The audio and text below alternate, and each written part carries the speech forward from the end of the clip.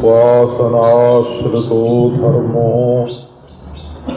जाते ब्रह्मणि वर्तते प्रागुत्पत्तेरजं सर्वं तेनासौ कृपणस्मृतः अतो वक्ष्याम्यकार्पण्यम् अजाति समतां गतम् यथा न जायते किंचित् जायमानं समन्ततः आत्मा हि आकाशवज्जीवैः घटाकाशैरिवोदितः घटादिवच्च संघातैर्यातावेतन्यदर्शनम् घटादिषु प्रलीनेषु घटाकाशादयो यथा आकाशे संप्रलीयन्ते तद्वज्जीवात्मनि।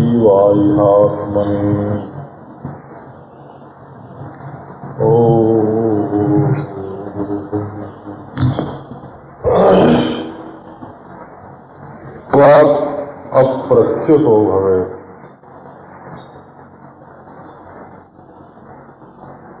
जब तत्व का ज्ञान हो जाता है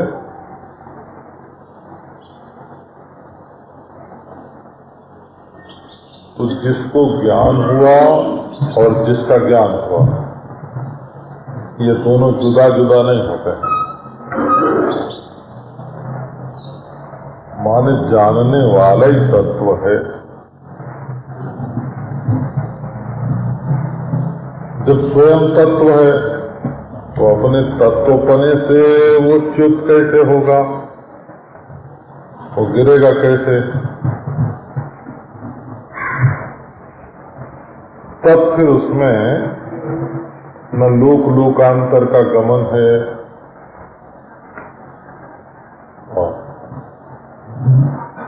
न पुनर्जन्म है, न सुखीपना है, न दुखीपना है, न पापीपना है, न पुण्यात्मापना है। ऐसा ज्ञान प्राप्त हुआ कि जागृत स्वप्न सुषुप्ति समाधि मूर्छा सब बदलती रहें और भासती रहें और वो ज्यों का त्यों।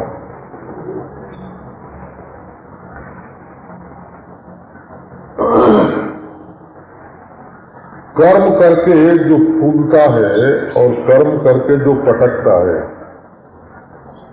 कोई काम किया तो सूख गया और कोई काम किया तो अभिमान से फूल गया।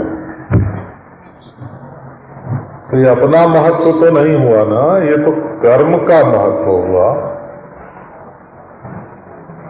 ऐसे तो भोग से भी लोग खुश होते हैं और भोग न मिलने पर दुखी होते हैं। बढ़िया कपड़ा मिला पहनने को बहुत खुशी, किसी दिन बढ़िया नहीं मिला तो बहुत दुखी। तो जैसे भोग जो है वो आगंतुक है, कभी आता है जाता है, वैसे कर्म भी आता है जाता है। यदि किसी कर्म और भोग के आने पर अपने को छोटा मानेंगे और किसी कर्म और भोग के आने पर अपने को बड़ा मानेंगे तो छोटेपन और बड़ेपन के झूले पर झूलते रहेंगे, स्वस्थ जीवन की प्राप्ति नहीं होगी। आपने वो स्वामी विवेकानंद जी का सुना होगा। वो लंदन में किसी सड़क पर जा रहे थे पैदल। शुरू में गए थे, उतनी सुसंस्कृत परिष्कृत वेशभूषा नहीं थी, तो दो अंग्रेज आपस में बातचीत कर रहे थे। ये कोई बहुत नीची कोटि का आदमी मालूम पड़ता है। उन्होंने सुन लिया, अंग्रेजी तो जानते ही थे वो। फिर उनमें से एक ने आके पूछा कि तुम किस देश के नागरिक हो, हंसी उड़ाने के लिए।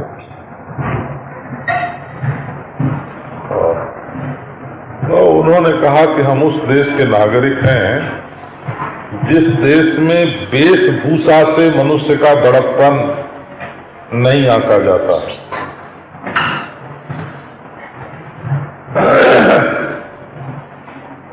बहुत बढ़िया वेश धारण कर लिया, अच्छा कपड़ा पहन लिया तो अच्छे हो गए, और बुरा कपड़ा पहन लिया तो बुरे हो गए। कपड़े में अच्छाई बुराई नहीं होती है, हो कपड़े वाले में अच्छाई बुराई होती है। तो ये जो संसार के भोग हैं, ये जिनको ज्यादा प्राप्त हो, लाख रुपए की मोटर पर चढ़े तो बड़ा और 20,000 की मोटर पर चढ़े तो छोटा, ये कोई बड़प्पन का मापदंड नहीं है।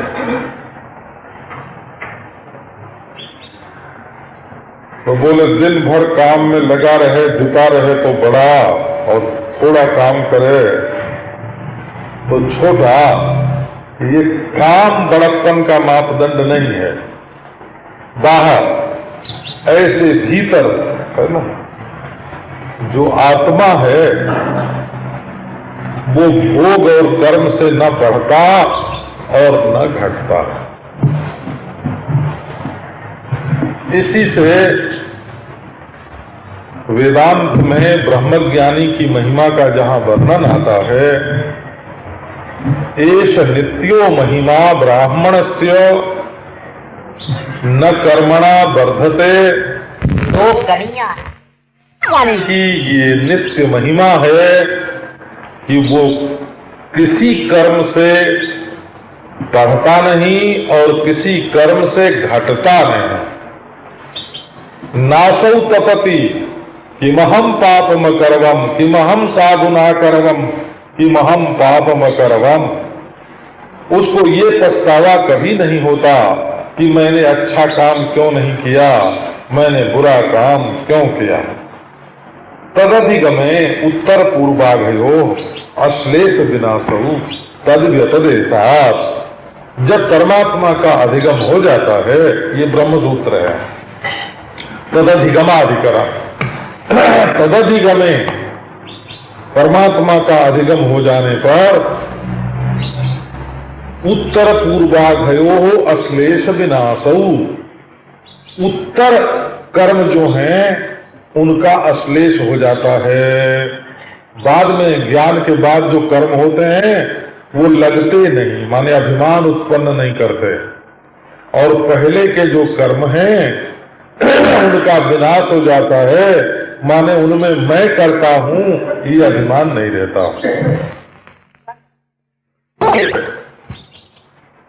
तो उसको मन से क्या आया क्या गया इसकी भी फिक्र नहीं होती है। मन विक्षिप्त है कि समाधिस्थ है इसकी भी फिक्र नहीं होती है। स्मृति हो रही है कि विस्मृति हो रही है इसका भी ख्याल नहीं होता है। ये बड़ी अद्भुत लीला है, आपको कई बार सुना चुका कि जिस वस्तु का जिस समय अपरोक्ष अनुभव होता है उस समय उसकी स्मृति नहीं होती, और जिस समय जिस वस्तु की स्मृति होती है उस समय उसका अपरोक्ष अनुभव नहीं होता। अपरोक्ष अनुभव और स्मृति ये दोनों परस्पर विरुद्ध हैं। इसको ऐसे समझो, है ना, कि इस समय हम गोविंद भाई को देख रहे हैं कि हमारे सामने बैठे हैं, अपरोक्ष हो रहा है।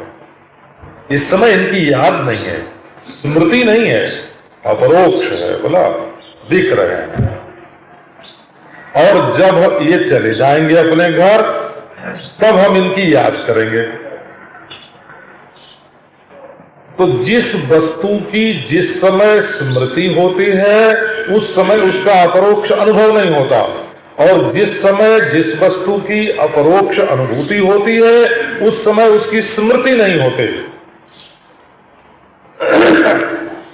कल देखा था किसी को हैंगन गार्डन में, आज यहां उसकी याद कर रहे हैं, और आज जिसको आप देख रहे हैं उसको देख रहे हैं, उसका अनुभव कर रहे हैं, उसकी याद नहीं कर रहे हैं। स्मृति और अनुभव एक समय, एक साथ, एक अंतःकरण में नहीं रहते। अब देखो अपना जो आत्मदेव है ना, ये साक्षात अपरोक्ष है, वो अपना आपा है।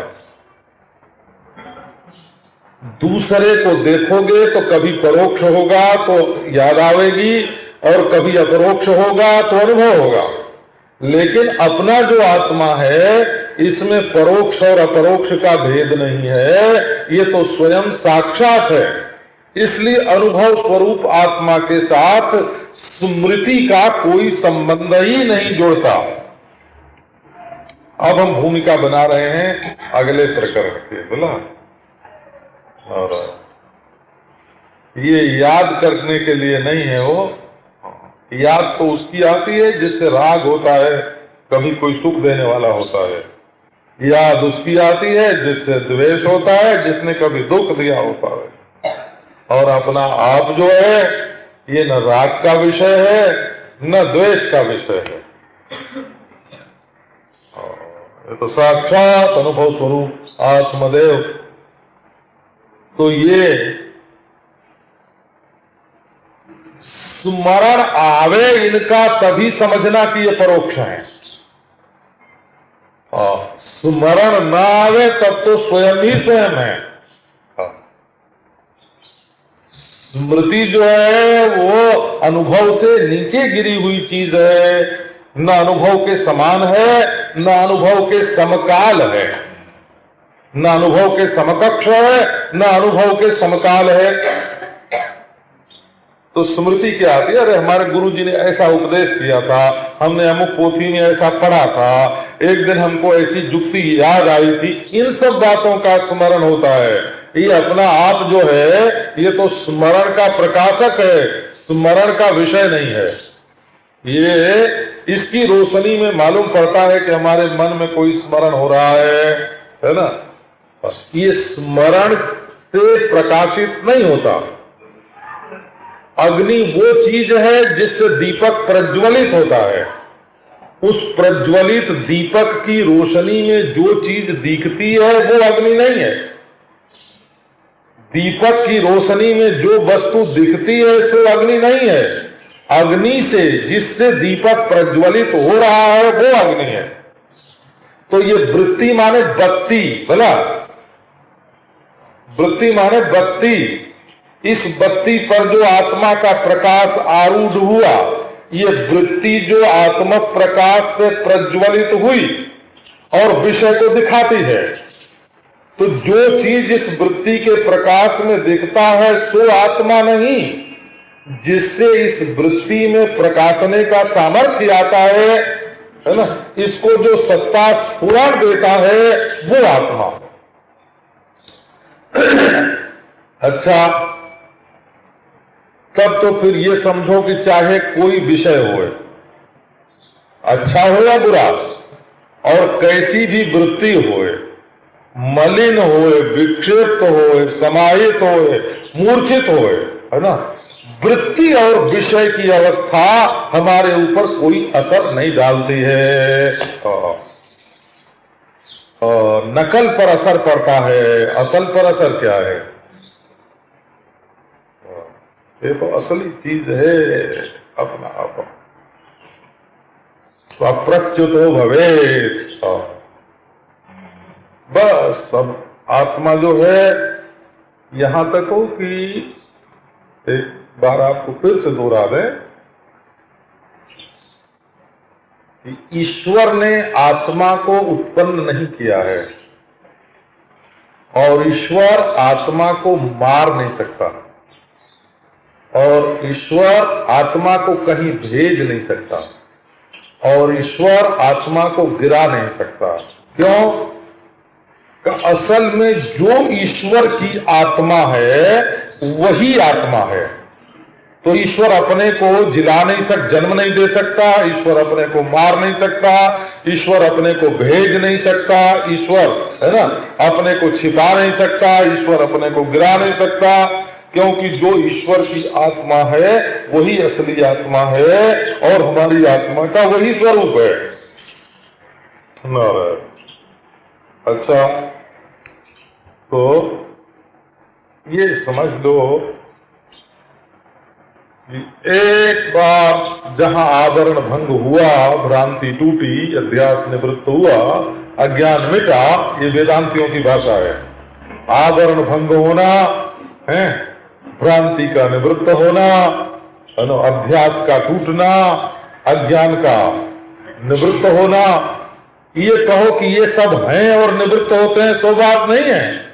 ये सब के सब नहीं हैं, कल्पित हैं। केवल आत्मा की स्वयं प्रकाशता को, अद्वैता को समझाने के लिए ये आ ब सा इस तरह से कल्पित करके इनका निरूपण किया जाता है। नारायण।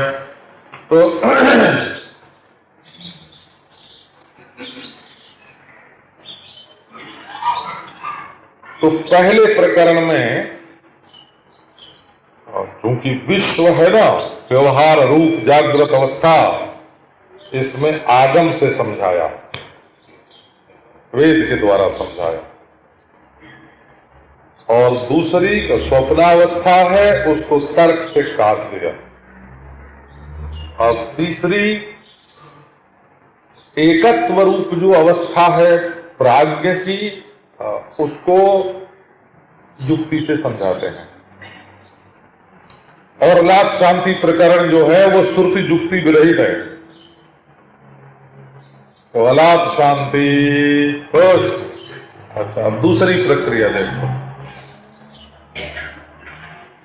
दूसरी प्रक्रिया क्या है कि आगम प्रकरण जो है वो तो प्रतिज्ञा मात्र है,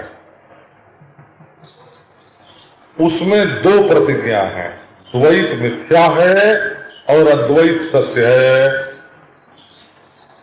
तो युक्ति और तर्क के सहारे से द्वैत मिथ्या है, ये बात दूसरे प्रकरण में बताई, और युक्ति तर्क के सहारे अद्वैत सत्य है, ये बात अब तीसरे प्रकरण में बता रहे हैं। अच्छा,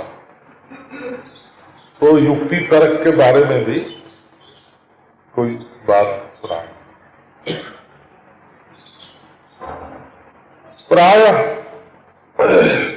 बड़े बड़े विद्वानों के बारे में एक बात देखी गई कि जब दूसरे के मत का खंडन करना होता है तब तो वो बड़े शूरवीर बन जाते हैं, तर्क पर तर्क, युक्ति पर युक्ति कर।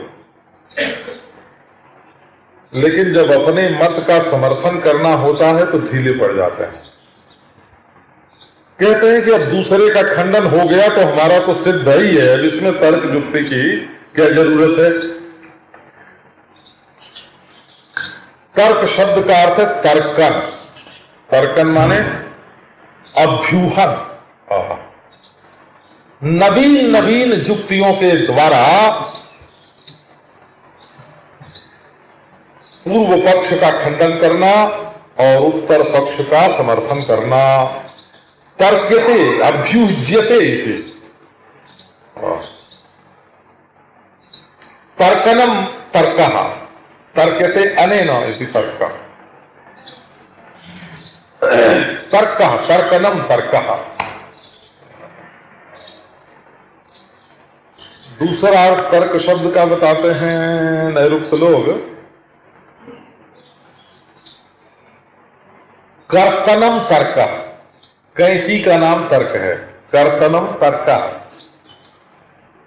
कर्त एव तर्क इत्युच्यते। यथा हिंसा सिंह इति उच्यते, जैसे हिंस को सिंह बोलते हैं वैसे कर्त को तर्क बोलते हैं। जो काटे सो तर्क, कर्तरी। कृति कृंतने धातु है, और उससे कर्त शब्द बनता है, और कर्त को उलट दिया तो तर्क हो गया। ये वर्ण विपर्जय की रीति से तर्क शब्द बना। अब एक अकृपण वस्तु का अकार्पण्य का निरूपण करना प्रारंभ करता है। तो वेद में जब किसी की निंदा करनी होती है तब उसको कृपण कहते हैं। लोक में भी किसी की निंदा करनी होती है तो कहते हैं बड़ा कृपण है ना, सूम है, मक्खी चूस है, ऐसे कृपण को बोलते हैं ना। लोक में कृपण किसको बोलते हैं कि जिसको कमाना तो आवे परंतु खर्चना ना आवे, जिसको अर्थागम की प्रक्रिया मालूम होवे परंतु अर्थ वितरण की प्रक्रिया जिसको न मालूम हो, उस अधूरे अर्थशास्त्री को कृपण बोलते हैं। हाँ, तो बढ़े बढ़े बढ़े, अरे निकालने का भी ढंग रखना चाहिए।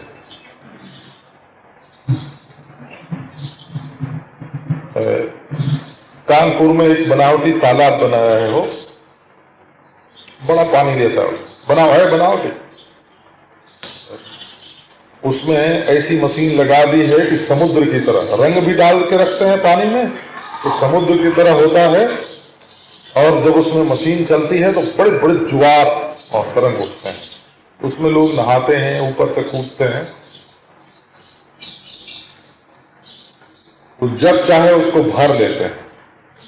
लेकिन अगर जरूरत पड़े तो 1 मिनट के भीतर, है ना, उसको खाली कर सकते हैं।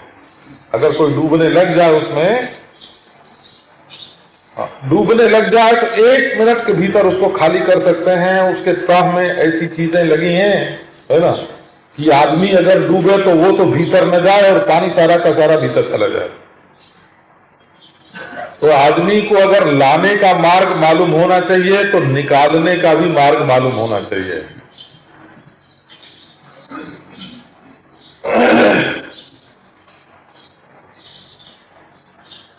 लाभ तो होवे परंतु वितरण न होवे, दान न होवे, तो वो धन बटोरने वाले को ही ले डूबता है। ये पैसे का सिद्धांत है, उसको कृपा बोलते हैं। अब परमार्थ में कृपण किसको बोलते हैं, जल्द थोड़ा थोड़ा करके इसको समझो।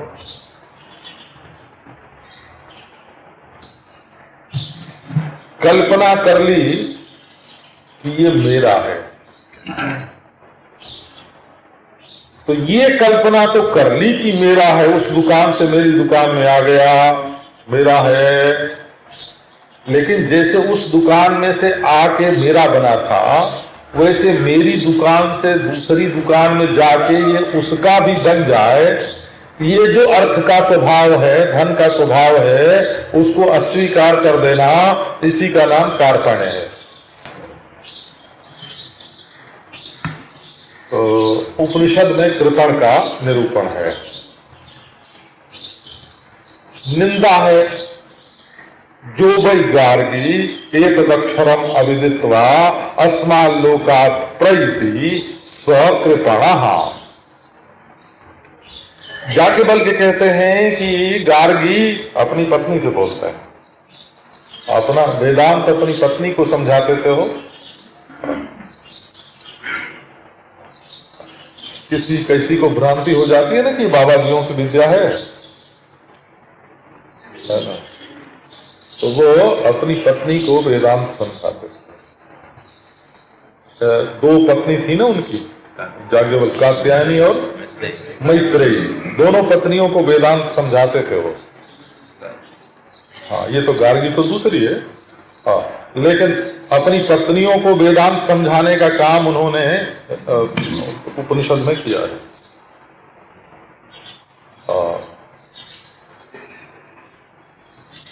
मैत्रेयी से बोले कि मैत्रेयी यहाँ आके बैठ गए।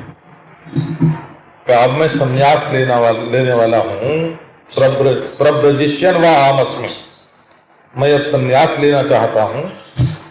संन्यास लेना चाहता हूँ का अर्थ है कि निर्द्वंद्व होकर विचरण करना चाहता हूँ सृष्टि में, किसी स्थान की आसक्ति के बिना, वस्तु की आसक्ति के बिना, व्यक्ति की आसक्ति के बिना, है ना। वस्तु की आसक्ति, व्यक्ति की आसक्ति और स्थान की आसक्ति छोड़कर मैं अब अंतर्दृष्टि से अपने जीवन का संचालन करना चाहता हूं। प्रव्रजिष्यन वा अहम अस्मि, और ज्योतिर्मयी दृष्टि से अब अपने जीवन का संचालन करूंगा। एक ही घर मेरा है ना, एक ही तरह का भोजन करूं और एक ही तरह के व्यक्तियों में रहूं। अब ये बंधन मैंने छोड़ दिया। प्रव्रजिष्यन वा अहम अस्मि। तो आओ कात्यायनी से तुम्हारा बंटवारा कर दूं, कुछ संपत्ति तुम्हारे लिए और कुछ कात्यायनी के लिए। ये उपनिषद में प्रसंग आता है। मैत्रेयी ने कहा कि क्यों भगवान, ये जो हमको तुम हिस्सा बखरा बंटवारा करके दोगे, इससे मुझे अमृतत्व की प्राप्ति होगी? है? तो याज्ञवल्क्य बोले अमृतत्वस्य तु नाशास्ति वित्तेन। धन चाहे किसी के पास कितना हो जाए, लेकिन उससे अमृतत्व की प्राप्ति तो नहीं हो सकती। सच्चा सुख और सच्चा जीवन, अमृतत्व माने देखो, जिसमें अमृत के समान तो स्वाद हो, माने परम सुख हो और मृत्यु का दुख न हो, तो सच्चा जीवन और सच्चा सुख, इसका नाम अमृतत्व है। अमृतत्वस्य तु नाशास्ति वित्तेन। धन से तो आज तक किसी को सच्चा जीवन और सच्चा सुख नहीं मिला है। आशा भी मत करो। मैत्रेयी ने कहा कि फिर भगवान, ये ना हम नामृतास्याम किम तेन कुर्याम, जिससे मुझे अमृत की प्राप्ति नहीं होगी, वो धन संपत्ति लेकर मैं क्या करूंगी? मुझे धन संपत्ति नहीं चाहिए, अमृतत्व चाहिए। देखो, घर गृहस्थी में हो, पति पत्नी बैठ करके ऐसी बात करते, ऐसे याज्ञवल्क्य। और जब जनक की सभा में और गार्गी ने प्रश्न किए, कृपण कौन है? तो कृपण वो है जो जीवन काल में अपने आत्मा को न जाने, जो वही गार्गी एक अक्षरम अविदित्वा, इस साक्षात अपरोक्ष अपने आत्मा रूप अविनाशी तत्व को न जानकर मर जाए। आत्मज्ञान के बिना मरना, यही कृपण का लक्षण है। चलो, इसमें तो बात आई नहीं पूरी। तो बात क्यों नहीं आई कि आखिर उसने इस जीवन में अविनाशी परमात्मा को क्यों नहीं जाना है? इसलिए कि संसार के विषय भोगों को, विषयों को, उनके संबंध को और उनके अभिमान को, असल में विषय किसी के नहीं होते हो। खाना पीना तो सबका चलता है। क्या ज्ञानी खाते नहीं? क्या ज्ञानी पीते नहीं? क्या ज्ञानी पहनते नहीं? है ना। संबंध और अभिमान, ये मेरा है ऐसा संबंध, और उसमें मैं पना, मेरा पना, इन वाला मैं।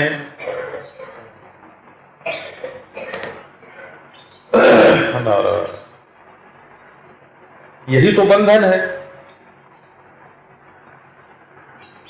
सर्वथा उन्मुक्त, जीवन मुक्त जिसको बोलते। क्यों नहीं हुआ? बोले इसलिए नहीं हुआ कि पकड़ के बैठा था कृपणा।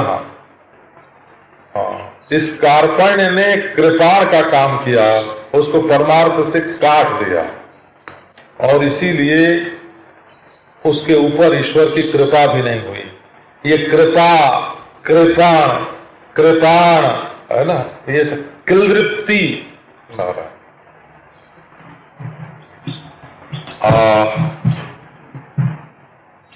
तो बोले कृपा तो सर्वथा आनंदनीय है।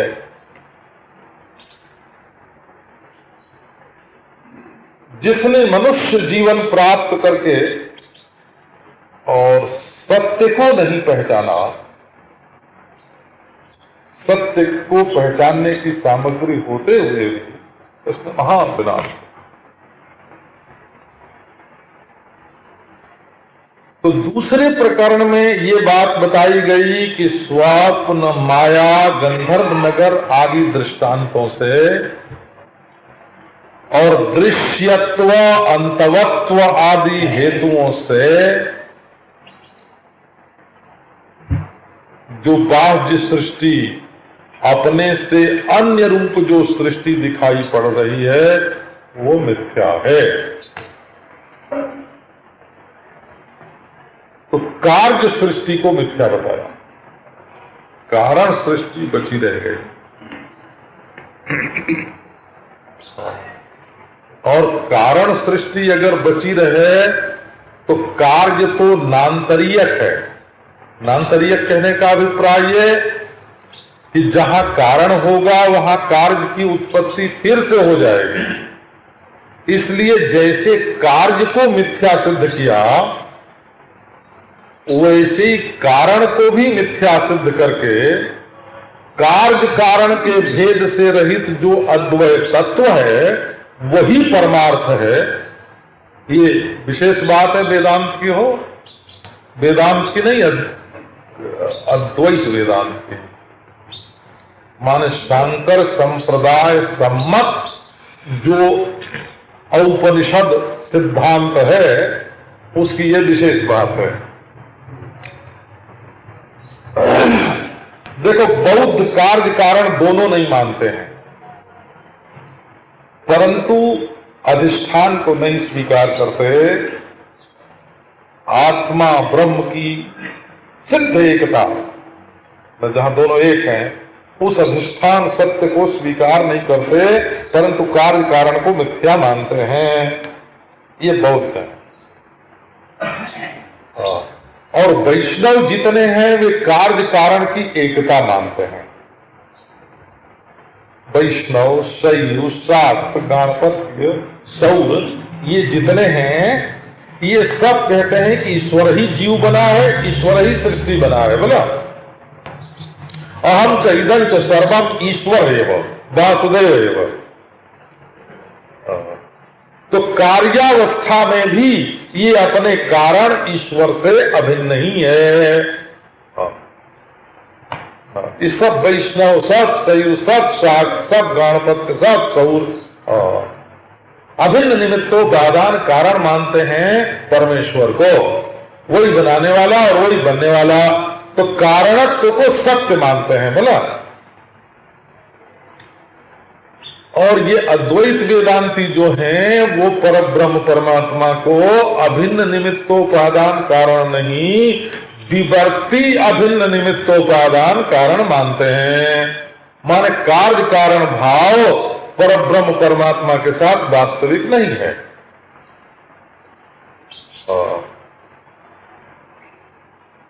चार बात मानते हैं, कार्य भाव ही सत्य है, कारण भाव सत्य नहीं है। और जैन मानते हैं कार्य कारण भाव दोनों सत्य है। बोला और बौद्ध मानते हैं कार्य कारण भाव दोनों मिथ्या है। ये देखो एक कक्षा कर दे, कार्य सत्य है, कारण मिथ्या है, ये चार बात मत है। प्रकृति वकृति कुछ नहीं है। बोला प्रकृति ईश्वर ये सब कुछ नहीं। जैन कहते हैं कार्य कारण दोनों सच्चे हैं, और बौद्ध कहते हैं कार्य कारण दोनों मिथ्या हैं। कई उपासक लोग कहते हैं कार्य कारण दोनों एक हैं।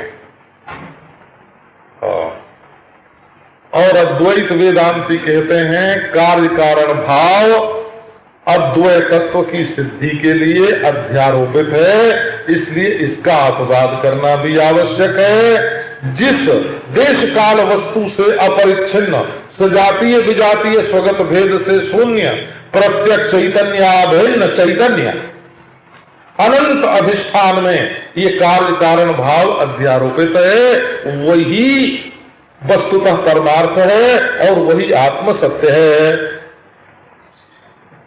तो अब बोले भाई आओ तर्क से बात सिद्ध करें। तो तर्क के संबंध में एक सीमा है हो, हाँ, वेदांतियों में तर्क को असीम छुट्टी नहीं है।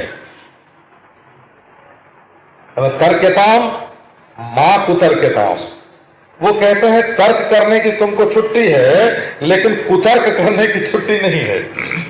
तर्कताम मां कुतर्कताम।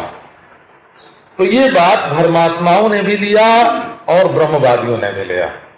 मनु जी कहते हैं कि आर्षम धर्मोपदेशंच वेद शास्त्राविरोधिना यस तर्केणानुसंधत्ते सधर्मम वेदनेतरः। जो आर्ष धर्मोपदेश है उसको वेद शास्त्रा विरोधी तर्क से अनुसंधान करो। तर्कता मां कुतर्कता, तर्क करो कुतर्क मत करो। तो वेद में मंत्र ही आता है नैषा तर्केण मतिरातने, या कठोपनिषद में आया ये ब्रह्म विद्या केवल तर्क से नहीं प्राप्त हो सकती। प्रोक्ता अन्य नैव सुज्ञानाय प्रेष्ठ। जब सद्गुरु इसका उपदेश करता है तब अनुभव होता है, क्योंकि सब का निषेध कर दो, ये नहीं ये नहीं ये नहीं ये नहीं, सबका साक्षी दृष्टा मैं, लेकिन मैं अद्वय हूं ये कैसे मालूम पड़े? तो उसमें महावाक्य की आवश्यकता पड़ जाती है। तो अब बोले आओ तर्क करें। तर्क कैसा? आप जानते हैं ब्रह्मसूत्र में एक प्रकरण ही है इसका, तर्का प्रतिष्ठानात्। तर्क में प्रतिष्ठा नहीं है, तर्का प्रतिष्ठानात्। तर्क एक जगह पर स्थिर नहीं कर सकता, क्योंकि एक तर्क से एक बात सिद्ध होगी तो दूसरा बुद्धिमान पुरुष होगा तो दूसरा तर्क करके उसको काट देगा। इसलिए पहले धुरी निश्चय कर लो और फिर उसके समर्थन में तर्क करो। संशयवादी मत बनो, सिद्धांतवादी बनो। ये मध्यकाल के दर्शनों में संशयवाद बहुत बड़ा मिलता है। संशय, रहस्यवादी मत बनो, संशयवादी मत बनो, स्थूलवादी मत बनो। वस्तु की परीक्षा करो लक्षण और प्रमाण के द्वारा। तो आओ तर्क से भी विचार करें। तो तर्क से विचार करने के लिए कि केवल अद्वैत ही सत्य है, ये प्रकरण प्रारंभ करते हैं। उपासनाश्रितो धर्मो जाते ब्रह्मणि वर्तते। जानबूझ के थोड़ी देर भी कर रहा हूं। क्यों कर रहा हूं देर, वो भी बताता हूं। कई लोगों के चित्त में उपासना शब्द का बड़ा प्रेम है, बड़ा मोह है। उपासना माने पास बैठना, उप माने पास और आसना माने बैठना, किसी के पास बैठना। तो बहुत लोग अपने घर में नहीं बैठते हैं, दूसरे के घर में जाके बैठते हैं, वो भी उपासना है वो। और बहुत लोग ऐसे होते हैं जो दूसरे के घर में जाते तो नहीं है लेकिन दूसरे को अपने घर में बुला लेते हैं, तो ये भी उपासना है। दोनों में कंपनी चाहिए ना, जिंदा नहीं रह सकते। तो बोले भाई मनुष्य तो सामाजिक प्राणी है, ये अकेला कैसे रहे, कुछ न कुछ तो सहारा चाहिए ना। कुछ न कुछ तो सहारा चाहिए। तो अब उपासना दोनों में है। अब एक आदमी जो है वो एक के पास जाके बैठता है, एक आदमी है दूसरे को अपने पास बुला के रखता है, तीसरा ठौर ठौर है ना, भटकता रहता है। और चौथा जो है वो इतना स्वस्थ है कि एकांत में भी अपना जीवन व्यतीत कर सकता है। अब आप देखो, पामर जगह जगह बैठने में तो पामरपन है, और दूसरे के घर जाके बैठने में हीनता है, और अपने घर बुला के बैठाने में पराधीनता है। वो आवे तो खुशी, ना आवे तो किसी दिन रूठ जाए, ना आवे तो किसी के घर जाके बैठने में तो हीनता है, और उसको बुलाए बिना रह न सके तो पराधीनता है, और जगह जगह भटकना का ये तो पामरता है। ऐसा निर्द्वंद जीवन चाहिए, है ना, कि चाहे कोई आवे, चाहे किसी के घर जाना पड़े, चाहे घूमना पड़े, चाहे शांति से बैठना पड़े, है ना। लोकवत्तु लीला कैवल्य, कभी एकांत में रह ले, कभी लोगों के बीच में रह ले। ऐसी निर्द्वंद जीवन की उन्मुक्त स्थिति होनी चाहिए ना। तो अब आपको तैयार करता हूं इस बात के लिए कि उपनिषद में जो ये बात लिखी है, क्या, यद वाचानभ्युदितम जेन वागभ्युद्यते तदेव ब्रह्मत्वं विद्धि नेदम यदिदमुपासते, है ना। जिसको तुम अपने पास बुला के बैठाते हो वो ब्रह्म नहीं है, और जिसके पास जाके तुम बैठते हो वो भी ब्रह्म नहीं है, और जिसके लिए भटकते हो वो भी ब्रह्म नहीं है। ये जो तुम्हारा निर्द्वंद आत्मा है ना, हर हालत में एक तरीका। अरे तुम जिसके ऊपर हाथ रख देते हो वो अमृत हो जाता हो। तुम्हारे अंदर वो चीज है, तो भटकना नहीं। तो उपासना श्रुतो धर्मो, जो धर्म माने जो जीव, यहां धर्म शब्द का अर्थ जीव है, ये भी बड़ा विलक्षण है। हाँ, बौद्ध आमनाय में जीव के लिए धर्म शब्द का प्रयोग होता है, बौद्ध सिद्धांत का। गौड़पादाचार्य ने भी यहां जीव के लिए धर्म शब्द का प्रयोग किया है। तो ये धर्म क्या हुआ? धारणात् धर्म, जो हाथ पांव, है ना, आंख कान नाक जीभ पेट, जो जीभ और पेट दोनों में समन्वय रखे हो उसका नाम जीव है ना।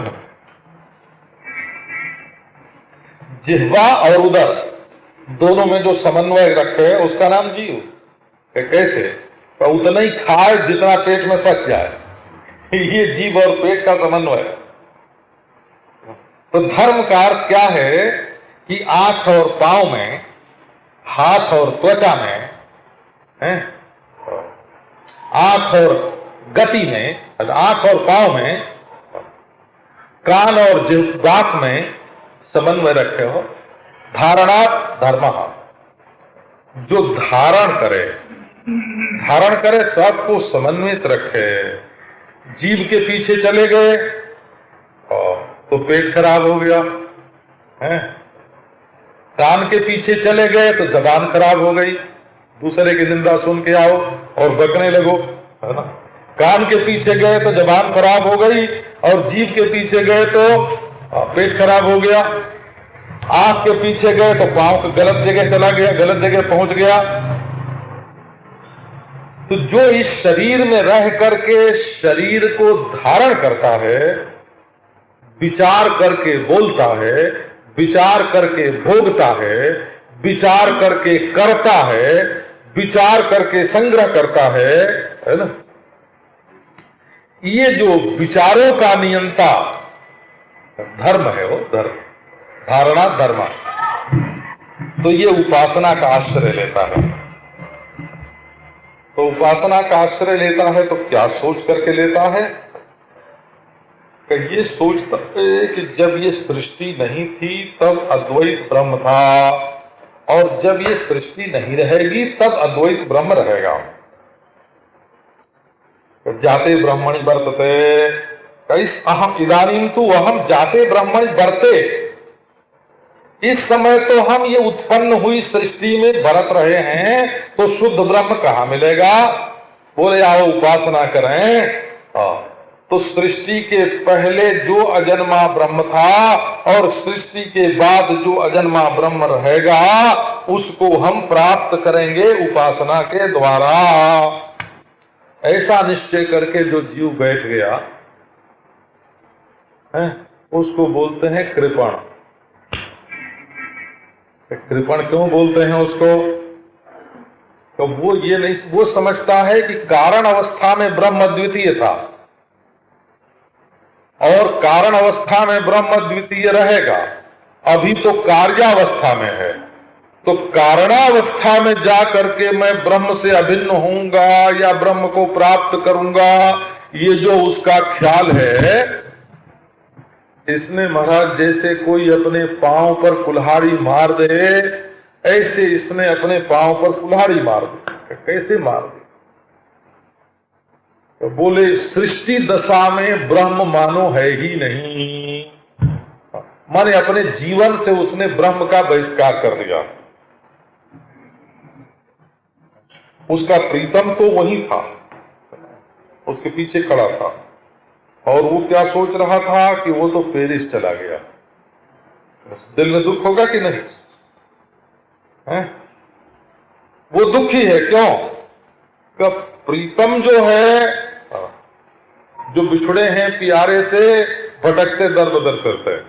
हमारा यार है हम में, हमन को इंतजारी क्या, हमन को बेकरारी क्या है? तो जो लोग ये समझते हैं कि सृष्टि उत्पन्न होने के पहले अजन्मा ब्रह्म था, है ना, और सृष्टि नष्ट हो जाने के बाद अजन्मा ब्रह्म रहेगा और जीवन भर हम उसके लिए प्यासे रहेंगे, उसके लिए रोते रहेंगे, उसके लिए आंसू बहाते रहेंगे, है ना, उसकी याद कर करके जीते रहेंगे, तब मरने के बाद ब्रह्म मिलेगा। बोले असल में वो अपने अंतःकरण को, अपनी इंद्रियों को, अपने भोगों को छोड़ने में असमर्थ, वैराग्यहीन, दुनिया को पकड़ करके बैठे हुए कृपण लोग हैं। कैसी से? इसी से उनको कृपण कहते हैं। तो असल में उपास्य और उपासना, श्रुति ने कहा ना, यन मनसा न मनुते ये नाहुर मनोमताम तदेव ब्रह्मत्वं विद्धि नेदम यदिदम उपासते।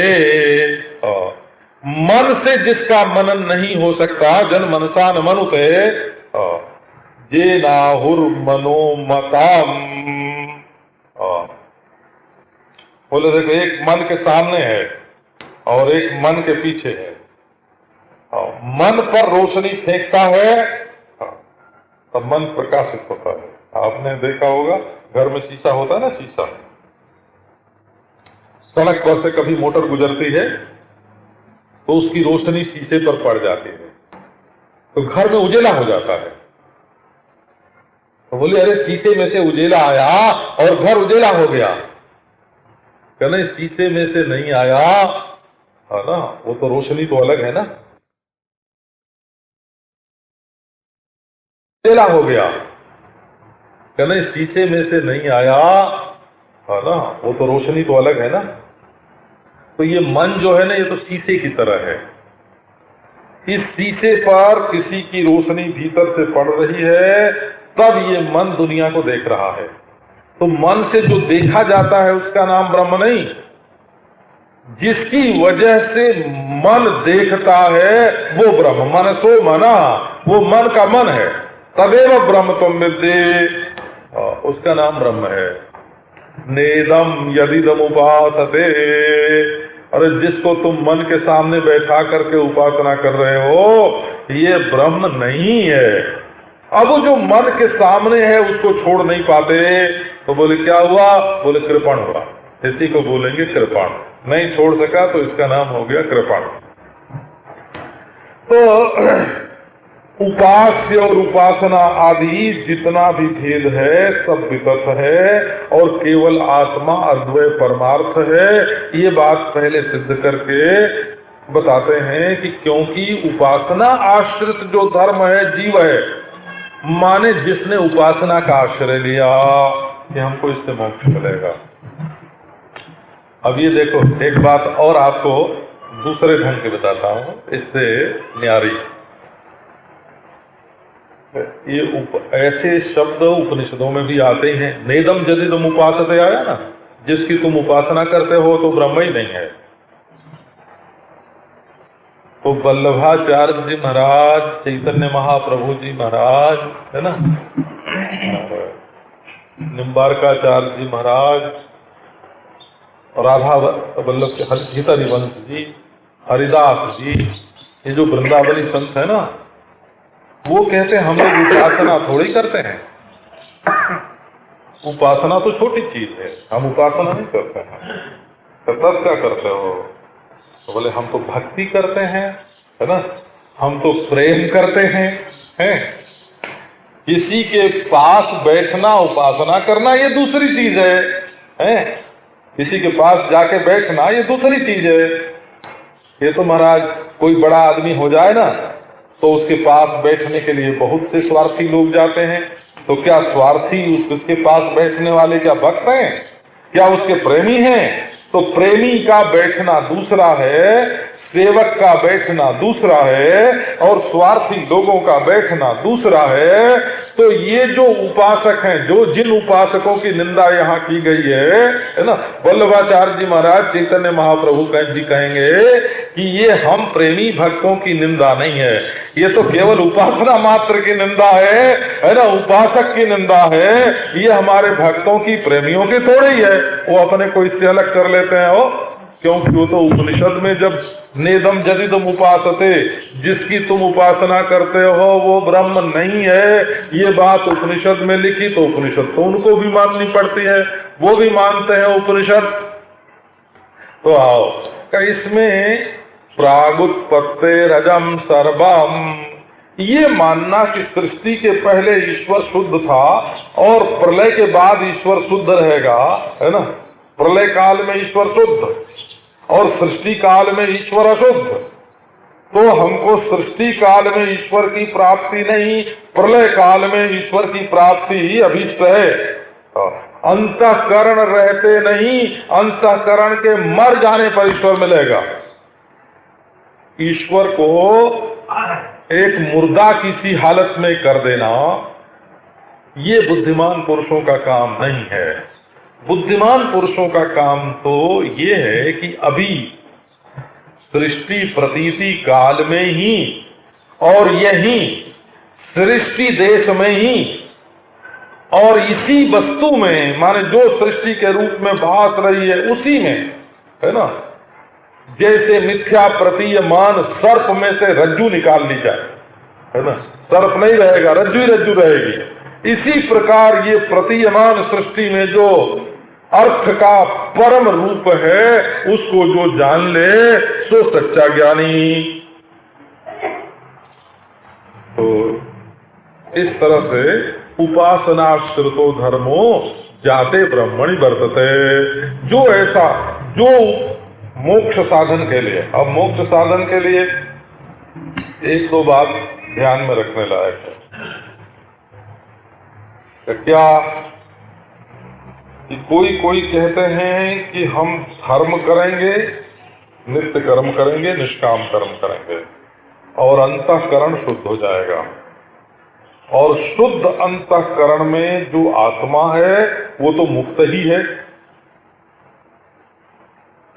परंतु आत्मा का बोध तो होना ही चाहिए कि मुक्त है, नहीं तो निष्फल हो जाएगी अंतःकरण की शुद्धि। बता, अंतःकरण की शुद्धि भी निष्फल हो जाएगी यदि ये बोध न हो कि आत्मा ब्रह्म है। बोले हमने ध्यान करके तदाकार वृत्ति कर ली, उपासना कर ली। कहाँ उपासना से तदाकार वृत्ति हो गई, स्थिति हो गई उसमें, लेकिन यही मैं हूं अगर ये बोध नहीं होगा तो उपासना का वेग शांत होने पर वहां से हटना पड़ जाएगा। तो बोले अब तो देखो हम दृष्टा कैवल्य हैं, केवल दृष्टा। योग से हमने चित्त वृत्ति का निरोध करके अपने को दृष्टा बना लिया। तो बना तो लिया दृष्टा, लेकिन दूसरा दृष्टा है ना, और सृष्टि के कारण प्रकृति का संचालन करने वाला ईश्वर है। ये दोनों बात तुम्हारी बुद्धि में बैठी हुई है। जब तुम्हारी समाधि टूटेगी और जागोगे तब सृष्टि का सत्यत्व, दृष्टा का अनेकत्व, ईश्वर का अन्यत्व तुम्हारी बुद्धि में आ जाएगा। इसलिए न योग से मोक्ष होगा, न उपासना से मोक्ष होगा, न धर्म से मोक्ष होगा। अंत में अपने आप को ब्रह्म जानना ही पड़ेगा।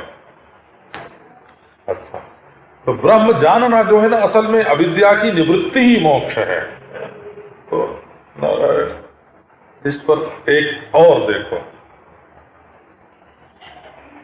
कि यदि मोक्ष, ज्ञान से मोक्ष पैदा होता है कि पहले रहा हुआ मोक्ष मालूम पड़ता है, तो ज्ञान से कोई चीज पैदा नहीं होती। ऐसा समझो कि आजकल विज्ञान से खोज करते हैं, यंत्र से खोज करते हैं, तो किसी न किसी धातु का पता चलता रहता है। आप लोगों को जानते ही हैं सब लोग, ये यूरेनियम निकल आया। तो विज्ञान से जो पता चला कि इस नाम की एक धातु है, वो पहले से मौजूद थी, अब तक मालूम नहीं थी। ऐसा है कि तुम्हारे मालूम पड़ने से वो धातु निकल आई, तो वो धातु पैदा हो गई। कि ज्ञान से धातु पैदा नहीं हुई, पहले से मौजूद धातु का पता चला। आपने रोशनी डाली अपनी तिजोरी में और उसमें एक हीरा निकल आया, तो हीरा पहले था तब रोशनी से मालूम पड़ा है कि हीरा नहीं था, आपके टार्च की रोशनी में से हीरा निकल आया।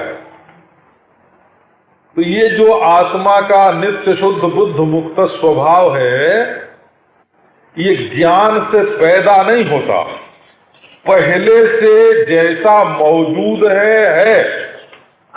वो तो अंधेरे के कारण, अज्ञान अंधकार के कारण मालूम नहीं पड़ता। परंतु मालूम न पड़ने से मुक्ति का आनंद भी तो नहीं आता ना। हमारे घर में हीरा है, इसका सुख भी तो नहीं मिलता ना।